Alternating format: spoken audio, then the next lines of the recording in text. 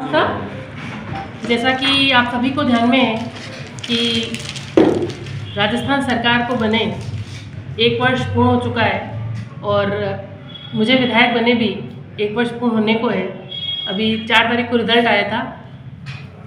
तो आज आज इस प्रेस कॉन्फ्रेंस बुलाने का विषय ये था कि जैसा कि आप सबको विदित है कि हम सब ने मिलकर जनता के अभूतपूर्व सहयोग से ये चुनाव जीता और इस 1 साल में पूरी कोशिश की कि जनता ने जैसा विश्वास हम पर जताया वैसा ही हम जनता के लिए काम भी कर पाए। और इस विषय में हमको कुशल नेतृत्व आदरणीय प्रधानमंत्री मोदी जी ने दिया।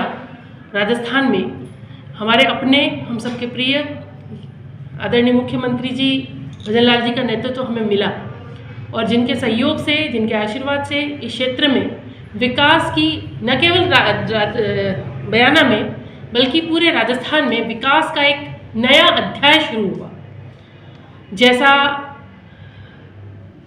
संवेदनशीलता की हम बात करें तो हर वर्ग के प्रति उन्होंने संवेदनशीलता दिखाते हुए, चाहे वो पत्रकार बंधु हो, महिलाएं हो, बुजुर्ग हो या सभी वर्गों को बजट की घोषणाओं के दौरान भी कल्याणकारी योजनाओं का उपहार दिया। तो मैं सर्वप्रथम अपनी इस प्रेस कॉन्फ्रेंस में आदरणीय मुख्यमंत्री जी भजनलाल जी का बहुत बहुत आभार व्यक्त करूंगी कि जिन्होंने एक अच्छा कालखंड 1 वर्ष का बहुत अच्छा हमें दिया है और राजस्थान विकास कर रहा है।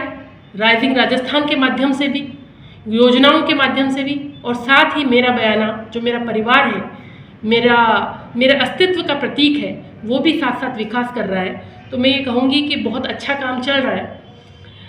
एक ERCP का जो मुद्दा था उनके नेतृत्व में सुलझा, जो लंबे समय से, क्योंकि 13 जिलों की ये एक जीवनदायिनी योजना है, उसको साकार रूप देने में आदरणीय भजनलाल जी का बहुत बड़ा सहयोग है। तो मैं उनको इसके लिए भी बहुत बहुत धन्यवाद दूंगी। बजट की जो घोषणाएं हमें मिली, चाहे वो दोनों ही जो बयाना और रूपबास के हमारे जो स्वास्थ्य केंद्र हैं उनको उप जिला अस्पताल में क्रमोन्नत किया गया, उसके लिए मैं बहुत बहुत धन्यवाद दूंगी। साथ ही रूपबास और बयाना दोनों में ही बस स्टैंड की मांग लंबे समय से चली आ रही थी। यद्यपि बयाना में नहीं हो पाया, लेकिन रूपबास में बजट घोषणाओं में बस स्टैंड घोषित कर दिया गया, उसके लिए भी मैं बहुत बहुत साधुवाद सरकार को दूंगी। साथ ही इंफ्रास्ट्रक्चर की हम बात करें तो अभी भी हम देख रहे हैं कि क्योंकि हमारे इस क्षेत्र में बयाना रूपबास विधानसभा में इंफ्रास्ट्रक्चर का कोई काम नहीं हुआ था और आज भी किसान जो है बिजली के लिए परेशान हो रहे हैं क्योंकि इंफ्रास्ट्रक्चर इतना डेवलप नहीं हो पाया। और पहले ही बजट में हमें 220 kV का GSS, जो और विधानसभाओं में बहुत पहले से तैयार है, वो कभी नहीं बन पाया था, वो 220 का GSS बयाने में घोषित किया गया। उसके लिए भी मेरा बहुत बहुत साधुवाद सरकार को है। साथ ही बजट की घोषणाओं में हमारी बंसी पाड़पुर की सड़क हम सब ने देखी है कि गड्ढों में सड़क या सड़क में गड्ढा, कुछ पता नहीं चल रहा। आज भी उसकी स्थिति वैसी है, लेकिन बहुत जल्दी उसके टेंडर हो जाएंगे और विकास की एक नया आयाम शुरू होगा। उसके लिए भी बहुत बहुत साधुवाद है। और ये तो बयाना की बात हुई।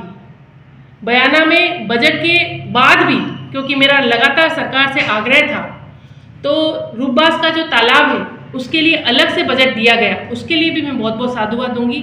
और विकास का जो स्वप्न बयाना का निवासी देखता था कि बयाना में जो बंद बारेठा है वो भी एक टूरिज्म प्लेस के रूप में विकसित हो, तो उसके लिए भी सरकार योजना बना रही है और जल्द ही उस पर काम शुरू हो जाएगा। साथ ही बाणासुर का जो हमारा किला है उसकी DPR के लिए, रोपवे के DPR के लिए मैंने 10 लाख रुपए MLA फंड से सेंक्शन कर दिए हैं। उसकी DPR तैयार हो रही है और केंद्र सरकार के मंत्री जो ASI के मंत्री हैं हमारे राजस्थान से ही आते हैं, आदरणीय गजेंद्र सिंह जी शेखावत, उन्होंने भी पूरा आश्वासन दिया है कि आप DPR बनवा के लाओ। टूरिज्म डिपार्टमेंट से हम बात करके, जब वो गाड़ी में बैठे हुए थे, मैडम ने सुबह DM साहब को फ़ोन लगाया, पहले 3 बार लगाया, उनका फ़ोन लगातार नॉट रीचेबल या फ़ोन उसमें लग नहीं पा रहा था। उसके तुरंत बाद फिर मैंने मेरे फ़ोन से पहले एसपी साहब को फ़ोन लगाया, उनसे बातचीत हुई पूरी कि सर ये घटना हुई है, ये घटना हुई है। फिर यही बात मान लिया आईजी साहब से बात हुई, आईजी साहब से थोड़ी लंबी बात हुई, 4 मिनट बात हुई, और एसपी साहब से बात हुई मेरी लगभग 5-2 मिनट। उसके बाद पत्र लिखा गया। स्वाभाविक है 3 महीने पहले मैंने एक गन लाइसेंस के लिए अप्लाई किया था, बुराई नहीं, आदमी अप्लाई कर सकता है। तो मैंने 10 बातें कहीं कानून व्यवस्था के बारे में, तो एक बात ये भी कही सर वो मेरा लाइसेंस का वो अब तक रिन्यू अब वो उसका अप्लाई हुआ नहीं है, कि मैं दिखाता हूँ, इतना ही मैटर था। लेकिन आज जिस प्रकार से एक वरिष्ठ पत्रकार ने एक बड़े अखबार के अंदर जिस प्रकार से हेडलाइन छापी, तो मेरा प्रश्न ये है कि 11:18 पर जब मेरी बात रात को जब बात हुई, मैडम की बात हुई पत्रकार से, मेरी भी बात हुई, मैं तो रिकॉर्डिंग करता नहीं फ़ोन के अंदर कभी भी, लेकिन पत्रकार जरूर रिकॉर्डिंग करते हैं। और जो बातचीत मेरी पत्रकार से हुई कि डीएम साहब को फ़ोन लगाया, उनसे बात नहीं हुई, एसपी से बात हुई, आईजी साहब से बात हुई, और उस समय बयाना के विधानसभा से संबंधित सारी खबरें थी।